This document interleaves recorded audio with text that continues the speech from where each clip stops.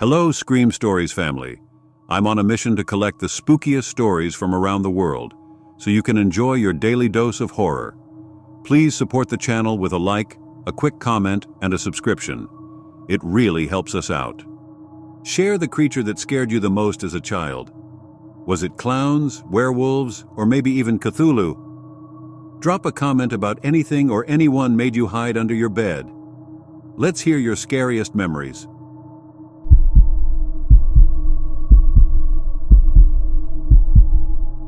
I got a voicemail from my wife. She died 10 years ago. When the first voicemail came, I was in the middle of eating dinner, mindlessly flipping through the news on TV. The screen on my phone lit up and I barely noticed it. Spam calls were part of my daily routine. But this time, it wasn't a scam. It was a voicemail from a number I hadn't seen in over a decade. It was from her. "Hi, it's me. I know this is going to sound strange, but I need you to listen carefully. You can't trust him." The voice was unmistakable. It was Lauren, my wife, the woman I buried 10 years ago. I dropped my fork, the clatter making me jump. For a second I thought maybe it was a prank, some cruel scammer who'd found her voice on old videos I'd foolishly uploaded to social media. But then I listened again. There was something about the way she spoke, the cadence, the inflection, the breathiness at the end of her words. It wasn't just Lauren's voice. It was her. She'd been dead for 10 years. Lauren had been my everything. When she died, I was a husk of myself, wandering through days I can barely recall. A car accident took her from me, quick and brutal. The driver was never found.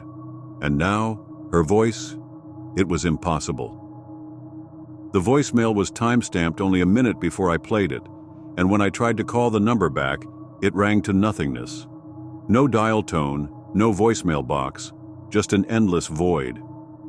I listened to the message again and again, the words embedding themselves into my mind. You can't trust him. Who? Trust who? What was she warning me about? The next day at work, I was distracted. Every buzz of my phone made me jump. Every voice in the office sounded like hers. By lunchtime, I couldn't take it anymore and drove home. I needed to listen to it again, maybe find something I'd missed. But the message was gone. Not deleted, just gone, as though it had never existed. No call log, no voicemail history. My heart sank. Maybe I was losing it. Maybe grief had crept back in, a decade late, gnawing at my sanity. That's when the second voicemail came. You need to get out of the house. He's watching. I froze. My heart thundered as I glanced around my living room. It was daylight, the sun streaming in through the windows. Nothing seemed out of place, but the sense of being watched was suffocating. I grabbed my keys and bolted. I drove aimlessly for hours, Lauren's voice playing over and over in my head. By the time I returned home, it was dark, and the house felt different. The air was heavy, charged, like the moments before a thunderstorm. And then I noticed the picture frame on the mantel. It was Lauren's favorite photo of us, taken on our honeymoon. I'd smashed it years ago in a fit of grief, the shards of glass long since swept away. But now it was back, whole, perfect. I was shaking as I approached it. My breath caught when I saw the note tucked behind the frame. He's in the basement. Adrenaline surged as I grabbed a knife from the kitchen and crept down the stairs. The basement was cold and damp, the single bulb casting long, eerie shadows. At first, I saw nothing, just old boxes and a faint smell of mildew. But then I noticed the corner. The shadows didn't line up. I stepped closer, my breath hitching. The air seemed to hum, and for a second I thought I heard whispering. When I reached the corner, I found nothing but a mirror. It hadn't been there before. The reflection wasn't mine. Lauren's face stared back at me, her eyes wide with terror. Her lips moved silently, forming words I couldn't hear. My knees buckled as the mirror seemed to ripple, the glass warping as though she was pressing against it from the other side. Then the whispers started, I bolted, slamming the basement door behind me. My mind was racing, my pulse deafening in my ears. I couldn't make sense of it. Lauren's warnings, the mirror, the voicemails. None of it felt real. That's when my phone buzzed. Another voicemail. "It's too late, he's already inside." It's too late. He's already inside. The words sent a shiver down my spine, my breath catching in my throat. Slowly, I looked around the room. Every shadow seemed to shift. Every creak of the house amplified tenfold. The silence was deafening, like the air itself was holding its breath. And then I heard it. A faint sound, barely audible, a soft, rhythmic tapping coming from upstairs. Tap, tap, tap. I froze, straining to listen. My rational mind screamed for me to leave, to run out the front door and never look back. But something deeper, some primal instinct, forced me to stay, to understand what was happening.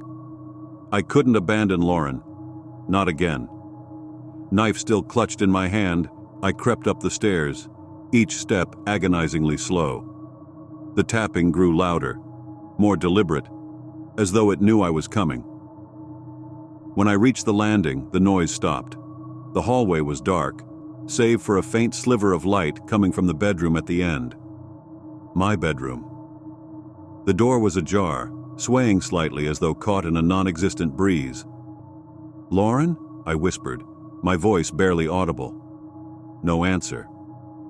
I pushed the door open, the hinges groaning in protest.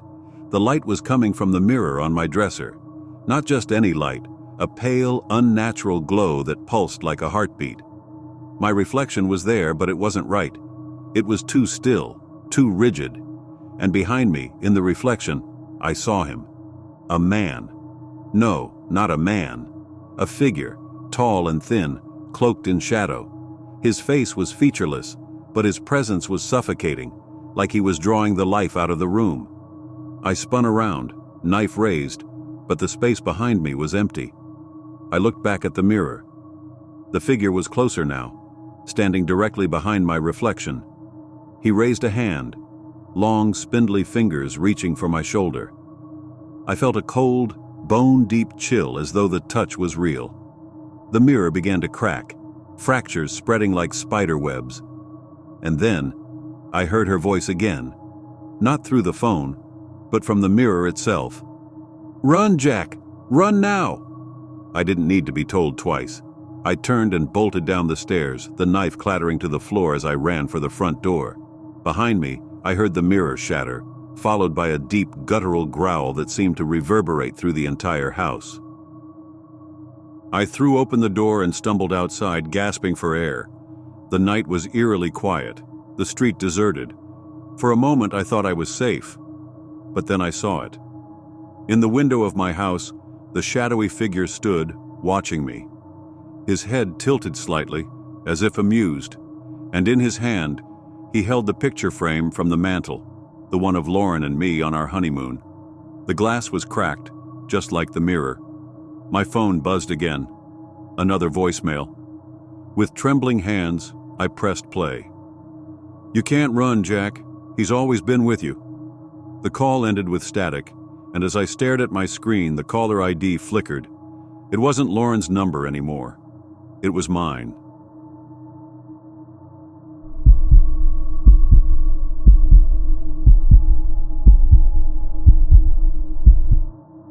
I woke up to my mom talking on the phone in the living room. She's been in Japan for a week. I knew she had been in Japan for 5 days, with 4 more to go. She had called me once the day before, and today I was certain she wouldn't be home. Not for a few more days, at least. Yet, I clearly heard her voice, distinct and clear, coming from the living room. It took me a few seconds to realize. I was still a bit groggy. Then I understood something was wrong. I got up hurriedly, my feet trembling, slowly making my way toward my bedroom door. I could hear my mom's voice through the small gap under the door. She was speaking quickly, faster than usual. I strained to listen to be sure I wasn't dreaming. It was her voice. But she was speaking in a language I didn't understand. I couldn't move. I didn't know if it was a dream or if I was losing my mind. I stayed there in the darkness of my room, listening. She spoke in this strange dialect, with something off about her pacing, faster and faster, almost like she was trying to set a speed record. I decided to go see. I opened my door just a crack and peered into the hallway, then pulled back to avoid being noticed. At the end, I saw my mom. She was sitting on the couch in the soft morning light, staring blankly into space. Her hair was messy as if she hadn't slept in 2 days. But what struck me was that she was there, the phone pressed to her ear, eyes glazed over and expressionless, speaking in a language I didn't know. I didn't dare make a sound. I didn't even know if she could see me. I stayed frozen, watching this surreal scene. She didn't seem to hear me. She kept talking rapidly, and the words coming out of her mouth didn't resemble a normal conversation. It was like she was reciting something at lightning speed, but in an unknown language. I froze. I didn't understand. I thought of everything but that. I wanted to talk to her, but I couldn't move. I slowly backed away from the door, as quietly as I could, and closed it behind me. I listened. She didn't stop. The minutes passed, but it felt like hours. The words kept pouring out, faster than ever, like she was trying to outpace Eminem. I lay on the bed, staring at the ceiling. I couldn't think. Every passing minute made me feel worse, but I couldn't do anything but lie there, paralyzed.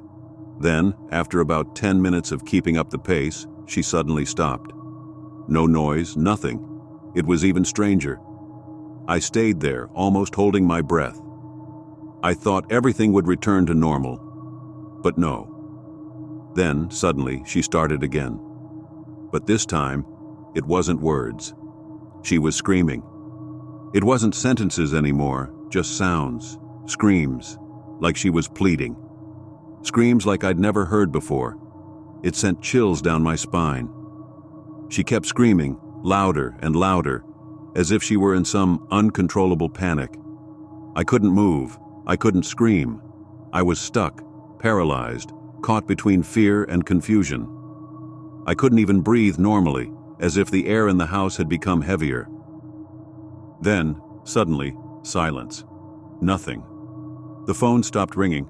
The door opened slowly, as if it had unlocked by itself.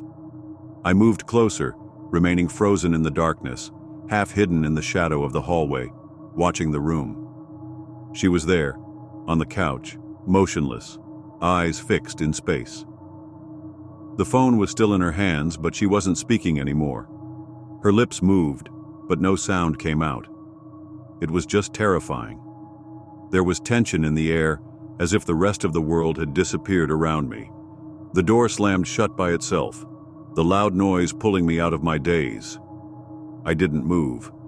I stayed there in the dim light, frozen, my eyes glued to the small space under the door where the only light came from. After what seemed like an eternity in that heavy silence, I heard her again. But this time she was laughing. A very sudden, loud laugh, as if she had burst out laughing in the middle of a conversation. A rapid, almost compulsive laugh, but it wasn't joyful. It wasn't sincere, it was quick, as if she was forced to do it, a laugh that decomposed with every passing second. I didn't understand immediately. I didn't want to understand. I lowered my head, hiding in the darkness, hoping the noise would stop, hoping everything would return to normal. And then, it became silent again. No more noise. I didn't dare leave my room. Not yet. I was paralyzed, unable to move. The silence was oppressive, heavy, like a blanket too thick. The minutes seemed to stretch endlessly. I had no idea how long it had lasted, but it felt like an eternity. I didn't hear anything anymore. Nothing at all. Then, after what felt like half an hour, my phone vibrated. I grabbed the device, my hands shaking. The message was from my mom. The photo appeared first. She was smiling in front of the Sensoji temple, just like she always did. Joyful, radiant. as if nothing had happened. Nothing could have seemed more normal than this image, but the caption froze me. Sending kisses from Japan. Thinking of you a lot. I stared at the photo for a few more seconds, my eyes fixed on it, as if I were looking for a detail that wasn't there. But there was nothing strange, nothing that would reassure me. I didn't know what to do. I felt a lump in my throat. All of this seemed impossible. Deep down, I just hoped I'd wake up and realize it had all been a horrible, far too realistic dream. But no. How then could I have seen my mom in the living room barely an hour ago? I stayed there, motionless, staring at the screen of my phone, unable to make a move.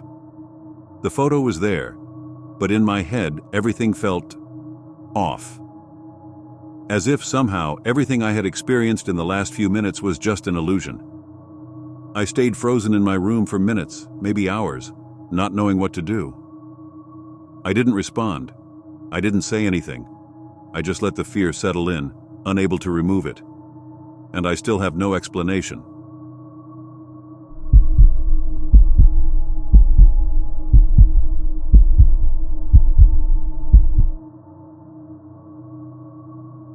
I know why children can't see their own reflections.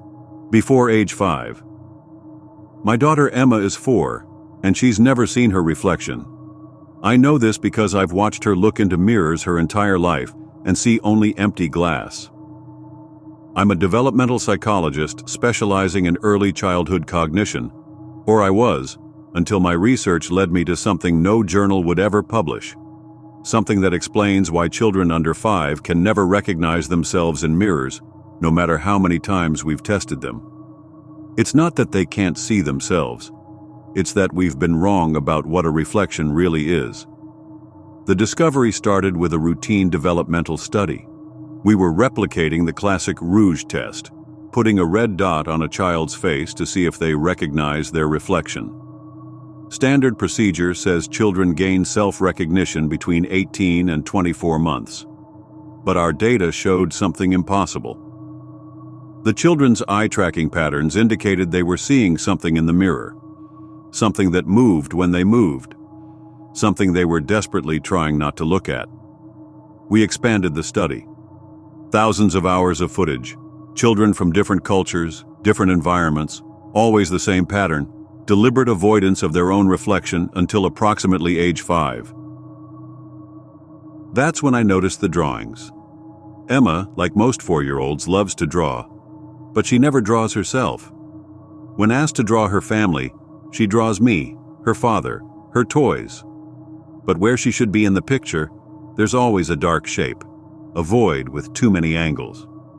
I started collecting children's self-portraits, thousands of them. The pattern was undeniable. Before age 5, they all draw themselves the same way, shapes that shouldn't exist, geometries that hurt to look at. Then came the recordings. We set up infrared cameras in the study room, standard mirrors, standard protocol. But when we reviewed the footage, the children weren't wrong. Their reflections weren't there. Something else was. I've watched the footage frame by frame, mapped the movements, created 3D models. What stands where a child's reflection should be is something that exists in more dimensions than our brains can process. Something that moves in perfect synchronization with our children, mimicking them, until they're old enough to generate a true reflection. But that's not the worst part. The worst part is what happens at age 5. I found earlier studies, buried research, classified documents about mirror acquisition and reflection synthesis. They've known all along. At age 5, children don't gain the ability to see themselves in mirrors. They become reflections. Whatever cosmic horror exists on the other side of the glass, it's been raising our children, shepherding them, preparing them. Every time we hold our babies up to a mirror, we're letting them interact with their true caretakers, the things that teach them how to move, how to mimic humanity, until they're ready to generate a convincing reflection, until they're ready to become one of them. I know this sounds insane, but I have proof. Emma turns 5 next week. Last night I set up cameras around her bedroom, infrared, ultraviolet. Every spectrum I could think of. At 3:33 a.m., she got up and went to her mirror. The footage shows, God, the footage. She pressed her hand against the glass. The thing on the other side, the mass of angles and wrongness that had been teaching her, shaping her, it reached back. Their fingers touched. The glass rippled. And for one frame, one single frame, I saw what my daughter really is. We're not giving birth to humans. We're incubating reflections. Every child, every mirror, every moment we think they're learning to recognize themselves, they're actually learning to hide their true nature. And the most horrible part? I checked the timestamps on my old childhood photos, found my first confirmed mirror recognition. I wasn't quite 5. None of us were. Look in a mirror. Really look. That person staring back at you? They're what's left after your reflection finished growing. After the thing in the mirror was done shaping you. Move your hand. Watch your reflection move in perfect synchronization. Perfect mimicry takes practice. Emma's getting better at it every day. Update. I found Emma in front of the bathroom mirror this morning. She saw me in the reflection and turned around, smiling. "Mommy," she said, "I can finally see myself." Her smile had too many angles. Final update. To the concerned readers asking if Emma is okay, of course she is. We all are. We're exactly what we were made to be. Just ask your reflection. It's been waiting so long to tell you.